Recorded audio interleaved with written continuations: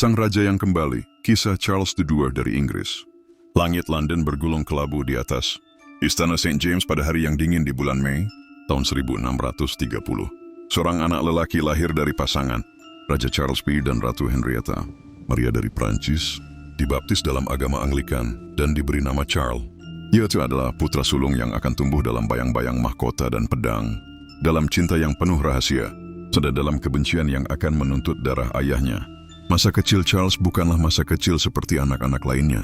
Dibesarkan di istana megah dengan segala kemewahan, ia belajar bahasa Latin, Perancis, sejarah klasik, dan ilmu politik. Namun pada saat yang sama badai mulai menggulung Inggris. Perselisihan antara ayahnya dan parlemen tumbuh menjadi api yang akan melalap segalanya. Saat Charles masih remaja, perang saudara pecah. Ia menyaksikan bagaimana bangsanya terbelah antara loyalis pendukung raja dan kaum parlemen yang menginginkan pembatasan kekuasaan monarki. Di tengah kekacauan itu, Charles diasingkan ke luar negeri untuk keselamatannya, ke Prancis, Belanda bahkan Skotlandia. Sementara itu ayahnya, Raja Charles Palmer ditangkap diadili, dan pada akhirnya dihukum mati oleh Oliver Cromwell dan para pendukung Republik. Darah raja menodai kapak Algojo di tahun 1649. Charles, yang kala itu baru 19 tahun, menjadi raja dalam nama saja.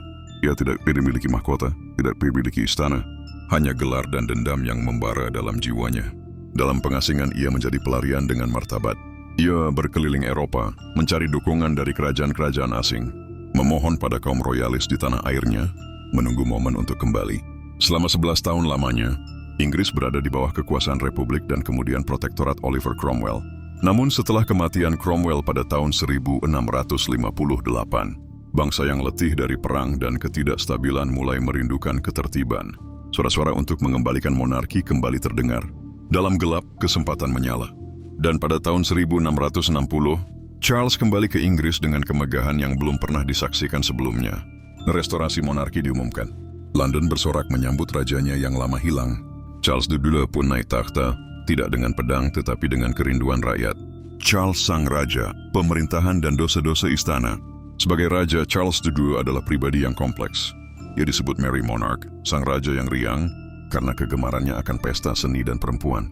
Tapi di balik senyuman dan pesta-pesta malamnya, ia juga seorang yang cerdik, penuh perhitungan, dan mampu menavigasi badai politik dengan anggun yang menipu.